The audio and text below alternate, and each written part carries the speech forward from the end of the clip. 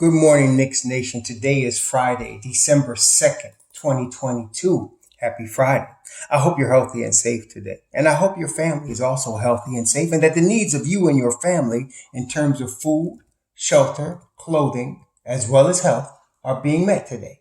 Blessings upon those that work in the healthcare field with the first responders who every day are trying to save lives. Blessings upon those that pick up garbage for us to keep streets and sidewalks and parks and highways and hallways clean. And those that make deliveries of food, water, mail for our convenience, Also, double blessings on the men and women who are out here trying to rescue, deliver, and recover the children and teenagers who are the victims of child molestation and pedophilia. The victims also of pornography and child pornography. The victims of human trafficking and sex slavery. The victims of prostitution and child prostitution. And double curses on the perpetrators. Double curses on the profiteers. And double curses on the perverts who traffic in this human misery. Finally, blessings upon the homeless. There are nearly 600,000 men, women, and mostly children living on the streets of the United States of America. And millions around the world in similar or worse conditions, and blessings upon them, for theirs is the kingdom. There's a scheduled basketball game tomorrow at 12:30. The Knicks will play the Dallas Mavericks. That's the first thing I want to talk about. Second thing I want to go into today is the recent report from one of the three wise men, Ian Beckley, about the temperature turned up or something to that effect, scrutiny on Tom Thibodeau. So we're going to discuss those two things. First, let's talk about the game. Last night, I scouted the Dallas Mavericks. It was the only game that was on last night. And it's interesting, they played the Detroit Pistons, who the Knicks just stomped on 2-3 days ago, right? And the Pistons beat them. See, this goes to show you what I was saying. It's the league, right? It's not like, all right, so the Knicks beat Detroit, so Dallas is a better team. They should beat Detroit. That's not how it works.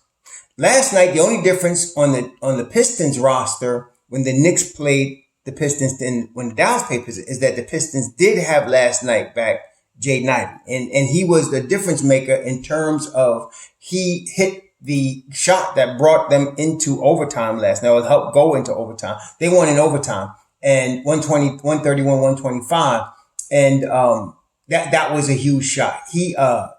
Ivy ended up, let's see, where was Ivy? Came off the bench. He had 16, but the stars of the game were Killian Hayes, who had 22 and was really doing work at the end of the fourth quarter, and Bogdanovich, who had 30.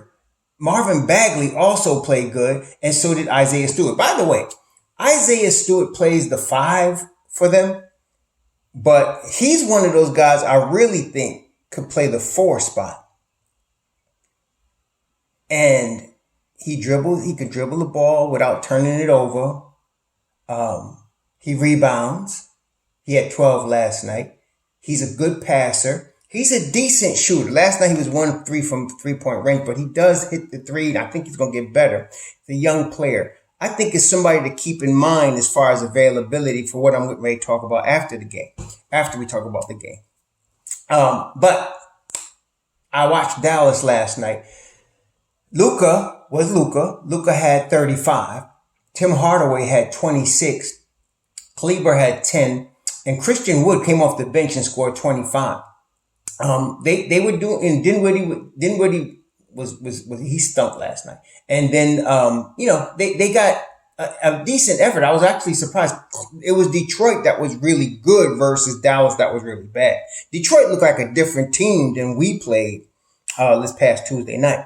And so I don't think it was Dallas being a bad team as much as Detroit playing a lot better under Dwayne Casey. And I always respected Dwayne Casey, and I'm still pulling for him. I don't want them to beat the Knicks, but I like Detroit. Detroit is, if you want to talk about tanking, I don't like using that term, but Detroit is playing a bunch of young dudes in Bagley, Livers, Stewart, Hayes, Sadiq Bey, Jalen Duren, who had 11 points last night. These are young guys learning the league right now with the smattering of veterans like our boy Alec Burks and Bogdanovich. So I'm expecting them to be at the, near the top of the lottery this year. And so they have a chance for Bambanya, whatever his name is, in about 2 seasons with him, whoever they pick is going to be good at the top of the lottery. And then you still got Cade Cunningham with Jaden Ivey. You can see they're young. They got a couple of seasons to learn. But in about 2 years, maybe 3, these guys are going to be knocking on the door, high in the Eastern Conference. They're going to come strong. But right now, you want to beat them because they're young puppies and they're learning. But anyway, for the game tomorrow, it's typical. You gotta guard Luka. I think it's going to be difficult, but you could guard Luka one-on-one. You don't have to double. You do double him to get the ball out of his hand at critical times, but you don't have to double him as much as you double Giannis. Luka is a superstar. And man, the guy was flipping 3-pointers like they was foul shots or layups yesterday. But you still, I think I would trust Grimes on him. I would trust Grimes on him and I would trust Cam on him, at different times tomorrow. So they definitely need to guard him. I like RJ on Hardaway. And the rest, we're going to have Powell, Mitch Rob with Powell, or Dorian Finney-Smith with Randall. And then, of course, Brunson will guard probably Dinwiddie if he started. And I like the matchups for the Knicks against Dallas. I like the matchups. Dallas does have a good bench. Kleber, Bullock, Wood. We know these guys. Josh Green was playing really good last night. He only scored 6, but he was very active. They got a good bench. So our Mob Deep and them are going to match up very well. I like the Knicks' chances. I don't like Saturday matinee games, aside from it being Shabbat. But I'm just saying, traditionally, I don't, in my experience, the Knicks have not done well either on Friday night Knicks or in Saturday matinee games. But hopefully tomorrow, after having rested Thursday and today, they'll be ready to play tomorrow and come out smoking. And hopefully Jalen Brunson is feeling good. Now let's talk about this next thing. So the report came out from Ian Begley about, and generally, let me just say this, Knicks Nation. I don't know if y'all realize, but generally, these type of reports are late. In terms of, what do I mean late? I mean, they come out a week or maybe more after the fact, sometimes weeks after the fact. In this case, this apparently came to pass after the loss of 145-135 to Oklahoma City. And so that is what Ian was reporting about. The rumblings coming out of the management office. And he made it a point to say it's not just Tom Thibodeau, or it's not Tom Thibodeau's fault, but actually talking about Leon Rose. Now, that would mean it's coming from James Dolan, number one. Number two, let me tell you what it doesn't mean. Okay. And I know some of y'all gonna get all upset and trip on me. I don't care. I don't care. But it's not meaning they're going to fire Leon Rose and Tom Thibodeau. No. What I think this is about, if you think about it, looking at the Knicks record, 10-12, looking at the schedule they have, which is one of the toughest in the game. I expected after 11 games for them to be 11-9. Okay. So they're 9-11 or something like that right now. Okay. Or 10-12. What are they? The Knicks right now. Where are they? They're about where, they're 10-12. They're about what we thought at this time. I told you they would get better as the year goes on. So when you're looking at losses and I want you to ask yourself this question. You're looking at losses like the bad loss we had against Oklahoma City at the Garden, right? Or the loss they took, let me see, look at the Nets loss. The loss against Oklahoma City, the loss against the Nets, another bad loss. The loss against the Suns. Those are bad losses. Like the loss against the Grizzlies in overtime or the loss against the Bucks, they're going to get that. But the loss against Oklahoma City is what Ian mentioned. When you think of that loss, y'all, can I say fairly that the biggest issue was defense? Defending the 3-point line, right? Or getting out to defend the 3-point line, which is the rotation. Now, Knicks Nation, let's be fair about it. If you're looking at the team, especially the starting five, And in the beginning, there was Evan Fournier, but Evan Fournier was not starting when we lost 112-85 to the Nets. Who is the weak link on the defensive end? Because what I'm saying to you is this. It's a trade that's going to come. And we're not talking about Emmanuel Quickley. And we're not talking about Evan Fournier, though I think they'll be traded. It's not them. I think a major trade is coming. What I think is they're going to trade Julius Randle. I think that's the move that they're being pressured. Because Leon, I asked Ian Begley myself, your call on my man Jay Ellis's Nick of Time broadcast. And I said, if somebody was to call about Julius Randle and offer a first, he said the Knicks would listen to that. And the reason I asked the question, one of them was that I had read and heard rumors from different people, including the Three Wise Men, that Leon Rose was looking for a first for Julius. Like people had called about Julius, but he wasn't going to give him away for nothing less than a first round pick. And maybe Leon is being so cheap, because he is cheap. You see, looking at the overall picture, they're not going to get rid of the whole management team. They're not going to do that. And I don't think they're going to get rid of Thibodeau. The reason is they got a plethora of first round picks. They got a good stable of young talent, and everybody's developing. But some of y'all have brought up this point, which is a valid point. Obi needs more minutes, and he's not getting them, and he won't get them in the present situation. We wanted to see Obi get at least 22 minutes a game. He's not getting it. He's getting like 14 to 18. And the Knicks are struggling defensively. And there's been times which we all noticed, even against Detroit, where Julius just doesn't try on defense. I think they're going to try to trade him. I think that's the move that's coming. I think that the pressure is going to be on to trade him and start Obi Toppin. And this will help in several areas. It gives Thibodeau an out. Because if you trade Julius Randle and you start Obi Toppin and you struggle because of that, Tibbs didn't make the trade. So they got to give him room to grow with Obi here. Also, you have Quentin Grimes is now here. And I told y'all, the plan is apparent to me now. It wasn't then in the summer. I told y'all that Quentin Grimes would be the starter. I was saying that, but I thought he would earn it, like Tom says in training camp against Fournier, that he would just beat out Fournier because he was better than Fournier and earn the 2-guard spot. But we saw Quentin was hurt, obviously, and his foot was hurt, and obviously we know the story. But since Quentin's foot has healed, he has been inserted into the starting line. No training camp. Hardly no training camp. And he's been inserted into the starting line. When I was thinking it would be Cam, because I think Cam's just more talented. But I'm not crying about Grimes starting.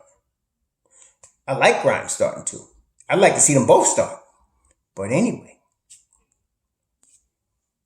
if they trade Randle, I think they're going to start Obi. They're going to bring in a veteran 4 that could back Obi up. Okay? They already got Quentin now. And that's why I think they're going to get better, even if they keep Randle, because of Quentin Grimes and Cam Reddish. Those two guys platooning at the 2-guard spot is a tough 2-guard spot right there. I believe the Knicks want to see more of Deuce. Because him and Jericho went to the G League. And they got to get reps to stay fresh. Jericho played well, apparently, for the Westchester Knicks last night. And apparently, Deuce had 25 and 6. So they're keeping sharp. Because Quickly might go, not because the Knicks are losing, it's because they could get something for Quickly. Some of you have mentioned a package for Randle, including Quickly. I think if you get that package together, you're going to get back first round pick, at least one and a second. So that being the case, I think that's the pressure. I think the pressure is on Leon to sell short on Randall. I think that's what it is. I don't believe they're going to fire Leon Rose, and I don't believe they're going to fire Tom Thibodeau. Okay? 37 wins is not a disaster. You see what a disaster was? You know, if, like I said, y'all remember Fizdale? That was a disaster. That's when the bottom falls out and you just losing big and players have given up. Some of y'all started to claim that players that players gave up on Thibodeau, and I was trying to tell you, no, they didn't give up on Thibodeau. They're trying hard. They haven't given up on Thibodeau. They're playing really hard for him. So it's not that. The bottom hasn't fallen out of this thing. 37 wins is not the bottom falling out. Maybe for the Lakers or for Philly, who got all that salary, $200 million in salary, but not for the Knicks. That's not a bad, and everybody was trying to make it sound like this was a disaster. This was a complete disappointment. We only won 37 games. Look, man, come on. This is a developing team. So, I don't think they're firing Tom Thibodeau. I think they're going to trade. Julius Randle. Fizdale's last year, his 22 games, the team was 4-18. Now, that's the bottom fall. 4-18. That's the bottom falling out. Okay. His first year, the team was 17-65. See, that's what bad looks like. Some of y'all forgot that. That's what bad looks like. Before that, Jeff Hornacek was 29-53. Okay. The last time they had 30 wins or more before last year was Jeff Hornacek had 31 wins in 2016. Derek Fisher had 23 wins in 2015-16. That's what bad looks like. 37 is not horrible. 37 you could build on. I don't think they're firing Thibodeau. And I think they're going to trade Julius Randle. Now, what it means in terms of the development of the Knicks, I think it's positive. I think they're going to end up doing well, especially it depends on who they get to back up Obi. They get a solid dude. Like I'm talking about Isaiah Stewart. I don't know if he's on the market. I don't think Detroit would give him up, but I like him. I can picture him in the uniform. He's not available, but Jay Crowder is. And Jay Crowder would be perfect coming off the bench behind Obi Toppin. A veteran, he's an expiring deal. That would work. Okay. That would work. Miami, I don't know what they would give. Miami's full of salaries that don't even fit. So I don't even know what Miami's going to do. They might be interested in Julius. They have to pull some strings. Got to do a third team, whatever. But I don't want no big salaries back. And I don't think the Knicks do either. Okay. Now, there's also the superstar possibility. You guys tell some of them, well, we need a superstar. We need a star. I don't think the Knicks are ready for a star yet. And the reason I say that is because they have to develop more. I think this season, we need one more year of development. And next summer, I think we'll be in a better position for the superstar on a couple of levels. Number one level, we'll know what we have in some of these guys that are young. They will develop another year. Number two, because of that, we can trade who we might need to trade to bring that star and pair them with what we have left. Okay. So I'm not worried. I don't think they're ready this year. I would not want to do it until after, especially if you're going to make a Julius Randle trade. I want Obi to play a good 50 games, 60 games as a starter. And let's see what we got at the end of that with Brunson being in his first year in New York, so on and so forth. Okay. So that's what I think is coming. And you heard it here first. I don't think they're going to fire Leon Rose and his crew. I don't think they're going to fire Tom Thibodeau. I think the pressure Ian heard about was them not playing defense and some people not caring on defense. And it's not new. This is not the first time we've seen this. This has been going on for 3 years now with certain people. Okay.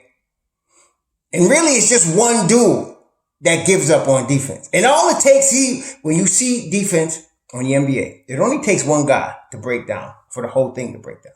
Brunson is the weak link on defense. Some of y'all accuse RJ of being that. I don't, because RJ is caught up in the bad defense of his teammate. That's the way I see it. Just like some of y'all was accusing Mitchell Robinson of being overrated defenders. I don't know where you got that, but because he was getting in foul trouble trying to help out the weak defenders that they have on the Knicks.